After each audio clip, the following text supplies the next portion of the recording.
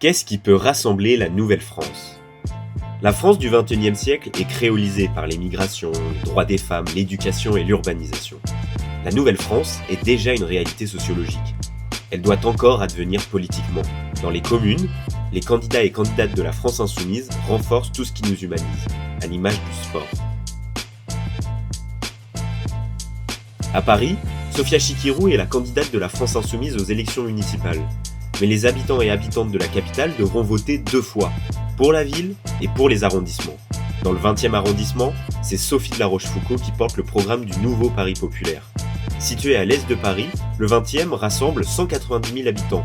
Marqué par une histoire ouvrière et migratoire, il est aujourd'hui l'un des arrondissements les plus populaires et les plus denses de la ville. Quand on parle des quartiers populaires, on pense souvent à la banlieue.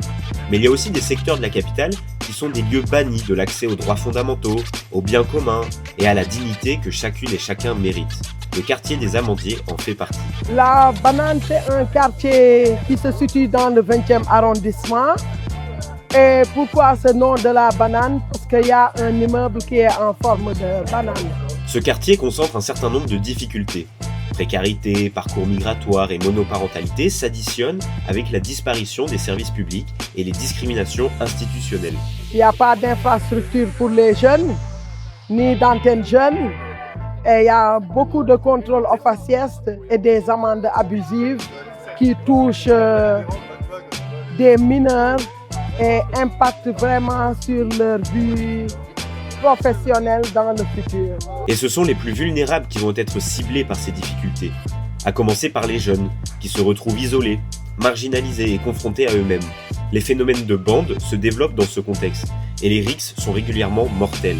Heureusement, il y a des habitantes et des habitants qui se mobilisent, car la banane est aussi marquée par un tissu associatif dense et une auto-organisation populaire. Je suis présidente et fondatrice de l'association Les Mamans de la Banane, une association qui lutte pour tout ce qui est des discriminations et des conduites à risque.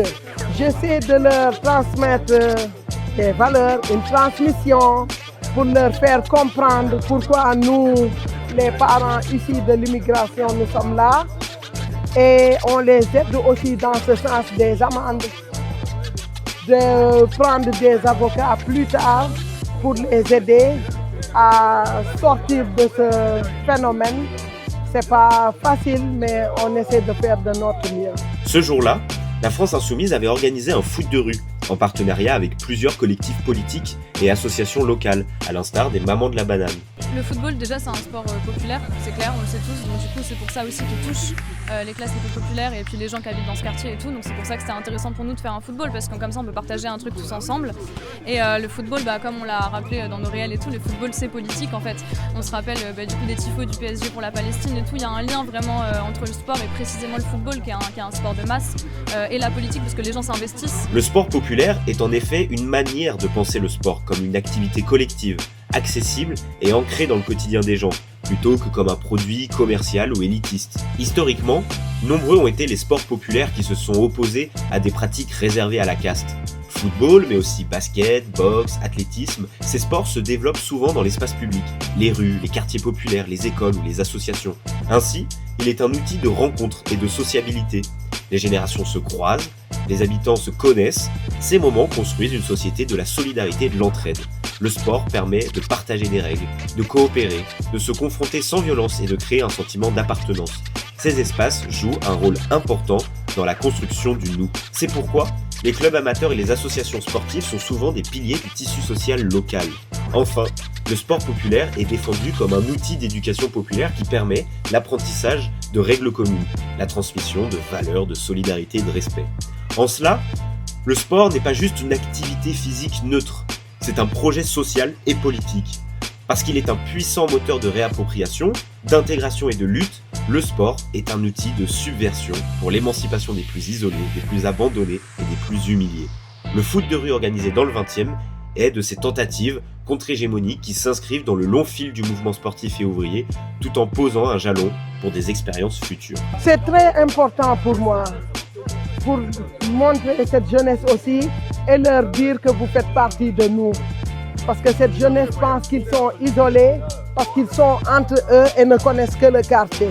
Mais le fait que vous soyez là, que nous on soit là, c'est pour leur montrer qu'ils comptent pour nous et leur dire que vous faites partie de cette société.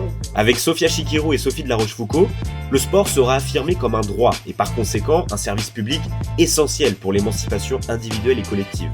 L'espace public et les équipements municipaux seront défendus comme des biens communs, dédiés à une pratique libre, gratuite et inclusive.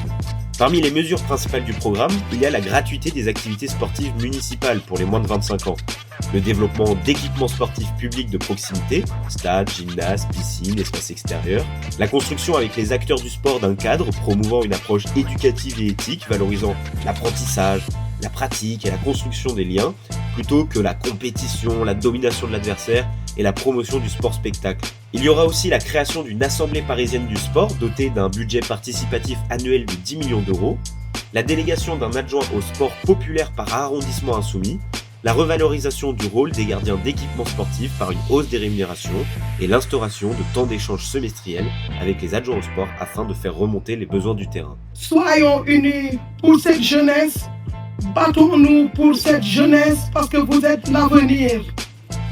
Nous avons quitté, moi je parle en tant que femme issue de l'immigration, j'ai quitté chez moi pour venir chercher le meilleur pour mes enfants. Donc c'est à vous cette jeunesse, à vous qui êtes là, vous pouvez changer les choses. Nous sommes fiers de vous malgré ce que vous subissez. Et j'invite toutes les mères aussi à comprendre et à se dire n'acceptez pas qu'on vous dise que vos enfants sont des voyous, que des enfants sont des vauriens. La LFI est là pour vous soutenir et c'est les seuls qui ont décidé de se battre pour cette jeunesse. Allez voter. Les bulletins comptent et ne méprisez pas vos voix. Vos voix comptent. Et c'est comme ça qu'on peut changer les choses, que la peur change de camp finalement. À la banane comme partout en France, chaque ballon qui roule est une petite promesse pour une société plus juste, solidaire et humaine.